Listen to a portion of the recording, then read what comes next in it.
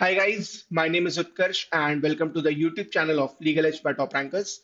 Today we have Pratibha with us. She has got rank 82 in CLAT 2025.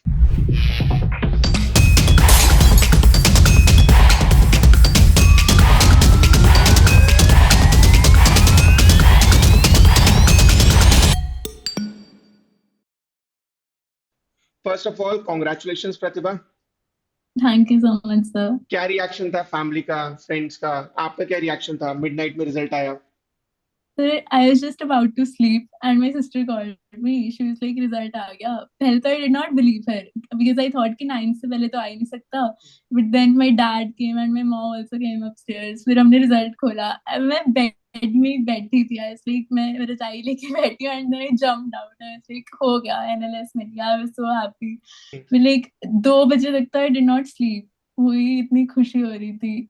Right, okay. हाँ, I remember आपका score मुझे लगभग कितना 12-1 बजे पता चला था कि क्या स्कोर है, क्या Yes. रैंक है।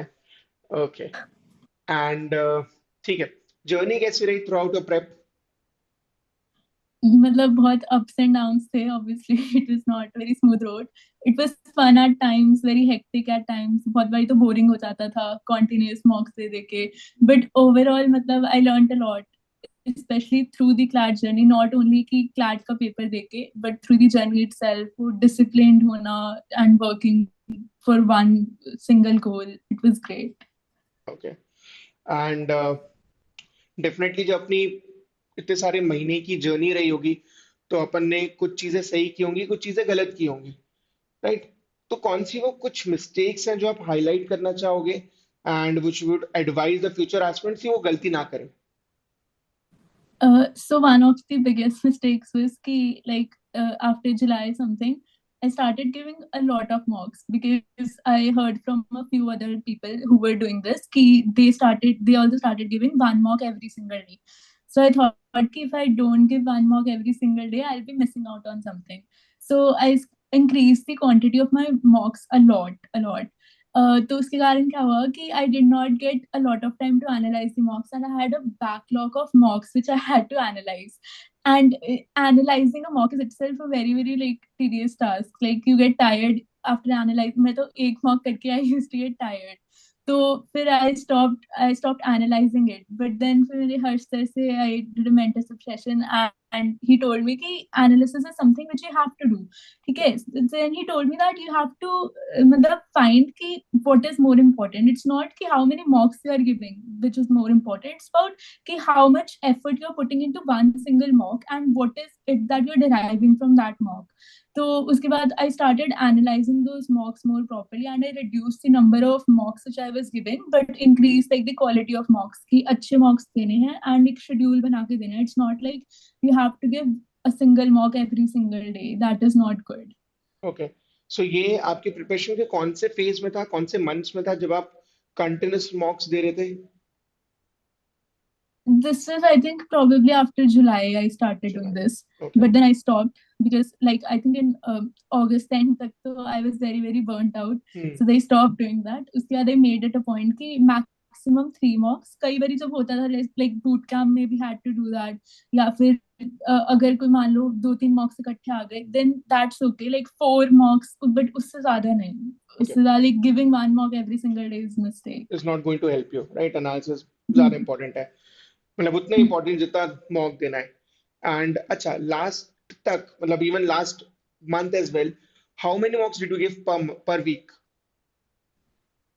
Per week, I think I used to give like 3 mocks. Okay. बहुत कई बार होता था कि I used to give 4 mocks but 4 से ज्यादा नहीं और एन एवरेज 3 mocks होता था हर वीक. एंड सो उसका लाइक थरो एनालिसिस? हाँ लाइक ऑल्टरनेटिव डेज पे I used to give mocks and then thorough analysis. बाकी on the other days I used to do sectionals and specially ending में आके तो I spend a lot of time on revising the theory also.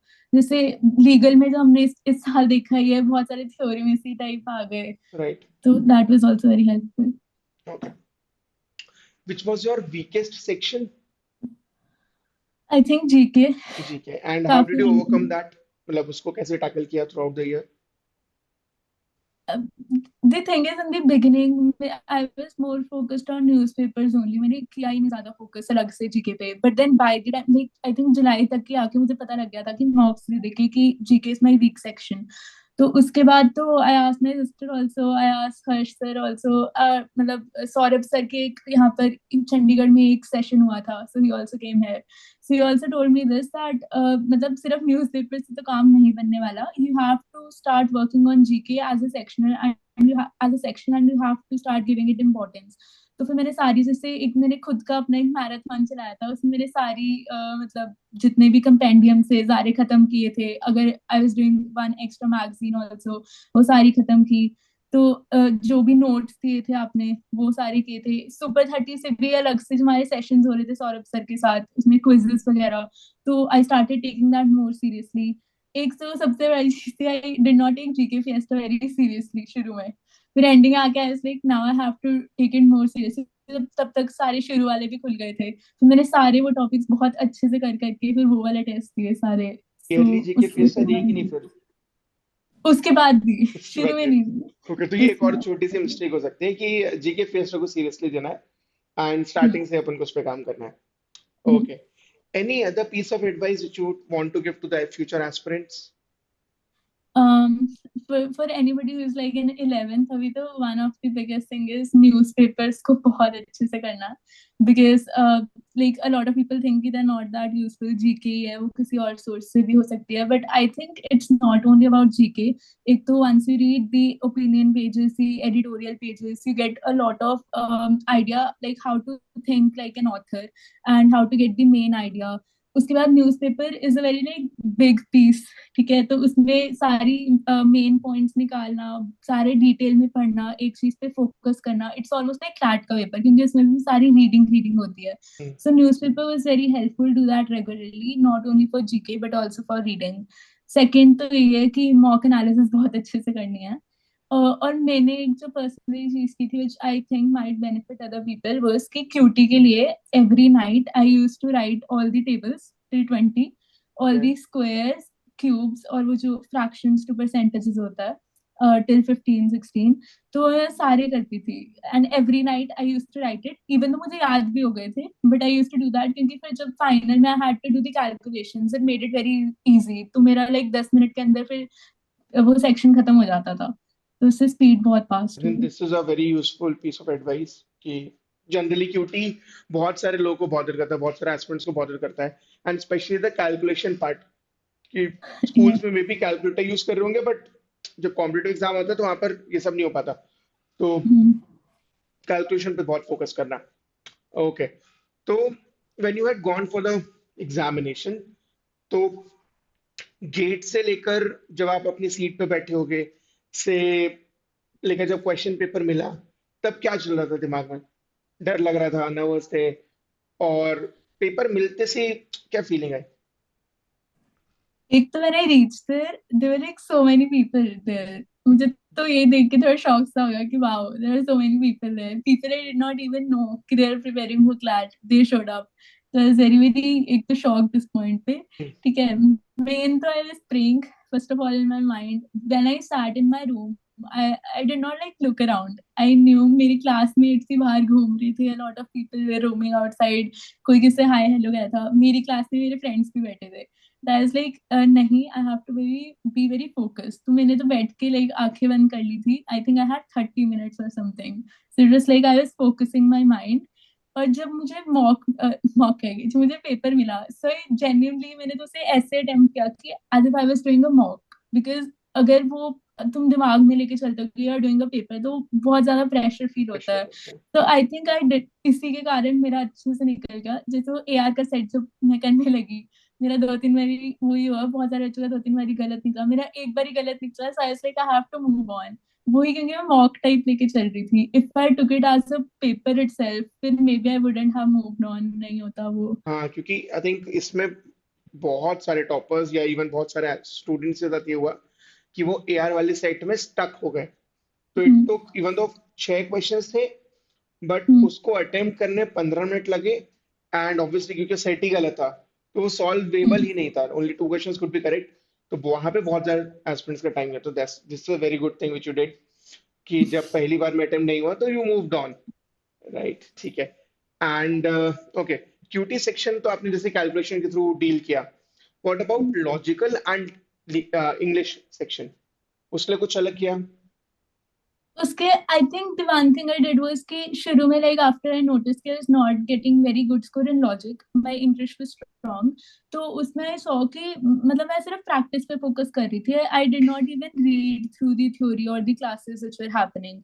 तो फिर उसके बाद I think the one thing I did was कि I went to the theory part, theory in the sense कि I did all of the basics कि like assumption होता क्या है, what are we even looking for in assumptions. Okay. एक वो था Harsh sir की एक वीडियो थी, आई सीआर saw that video, essentials. It was very, हाँ, हाँ हाँ। It was very very useful. वही था कि बेसिक्स सारे बहुत अच्छे से कवर किए, and I used to refer back to it again and again, like every 2-3 months I used to watch that again, ताकि बेसिक्स अच्छे से बिल्ड हो जाए। बिकॉज बहुत सारे लोग ये करते हैं कि प्रेप के दौरान they just forget about the theory and they just keep on doing the questions, and they forget कि हम क्वेश्चंस को सॉल्व भी कैसे करना है। Right. So I referred back to the theory a lot, even in the ending, like for legal, English, logic, सारे subjects के लिए I referred to the theory बार बार, ताकि एक बारी once you know कि assumption क्या है, main idea क्या है, then you are able to get to it more easily. Okay, so not just the practice, but the theory part is also relevant. Hmm. And once in a while, we should go through that theory part. Okay. Any other piece of advice? Just stay strong. Like Okay. बहुत सारे ups and downs आएंगे. I myself मतलब from मैं मेरे first mock में I think I got like 80 marks, but then third mock तक I got 55 something. और तभी मैं तो बहुत डिसअपॉइंट हो गई थी कि एकदम इतना बड़ा ड्रॉप आ गया। और मेरे बहुत बारी होता था कि even in the and like कई बारी हंड्रेड्स में आ जाते थे, कई बारी ड्रॉप होके 70s में चले जाते थे। Okay. So a lot of people give up at this point, but I think you need to stay very strong. That's the most important thing, because I mean, I did my prep for 2 years, and focusing on one single goal for 2 years is very very difficult. तो वही है कि you have to know that you're working for something which in the long run will be useful. Even अगर तुम्हें अभी लगता है कि you want to give up, it's not working out, school का pressure है or anything else. So I just think you have to stay very strong. Always remember that. Don't work on motivation, work on discipline. That's the most important thing. Stay consistent. That's it. That's the motto which got me through CLAT. Very good. And because you studied for 2 years, how do you think कि वो जो 2 साल की prep थी उसने help किया? Because obviously, what kids usually think is 1 साल sufficient है, and even 6 months are sufficient. But because you have studied for 2 years, first year की लर्निंग क्या थी? जैसे आपने बोला न्यूज़पेपर्स आपने रीड किए, राइट? और क्या अलग था? फर्स्ट ईयर में तो ये था कि जैसे क्लासेस वगैरह होती थी, ठीक है, तो बेसिक्स एक बार पता चलते हैं कि you just get introduce to the paper itself कि अच्छा ये पेपर होता है, how it works, what are the kind of questions, what are the sections. And I think even by the end of the first year, like even by 2023 का दिसंबर, I was just getting used to know about the sections itself. But when I started giving mocks, वो था मेरे second year में, लेकिन I think I started giving mocks in January और December end. तो तब आई रियलाइज कि okay, the real paper while you are doing it is very different from what you learn. So first year में तो ये base बना था। Second year में वहां सेंटर पे जाके giving the paper was very very different. मैं तो I used to mess up the OMR so much. तो वो बहुत बड़ी मेरी लर्निंग थी, मतलब सेंटर पे जाके मॉक देना, कि हर बारी जाना is itself a very huge task. कई बारी आई यूज्ड टू थिंक नहीं जाते, but then I used to go. ठीक है, नींद आ रही है 2 to 4 में, you have to stay awake, ये डिफरेंट चीजें हैं, this you get to know once you start giving mocks. तो like in the first year it was just getting to know it, in the second year it was going inside the paper itself. So वो दो different चीजें हैं। And I think मतलब I know a lot of people think कि it's just MCQ type paper है, reading comprehension है, 6 महीने में लास्ट फ्यू वीक्स में शुरू कर लेंगे। It's not going to work like that, because I am telling like मेरा जीके था। तो वो ये कि मतलब in the first year at least I started doing newspapers, मेरा बेस बन गया था। आई न्यू कि ऐसे ऐसे टॉपिक्स आते हैं, I knew basics about few topics. जैसे अब इसराइल हमास है, it's like an endless topic. So if you think कि हम 2 दिन में बैठ के बस उस बारे में आज क्या हुआ कल क्या हुआ वो पढ़ लेंगे, it's not going to work out. You have to have a very strong base. तो वो एक लॉन्ग प्रेप में आता है। ओके, ठीक है। Thank you so much, Pratibha. Super duper proud of you. You have done extremely well. And Thank you so much, congratulations sir. once again. Thank you. Thank you so much, sir. Thank you.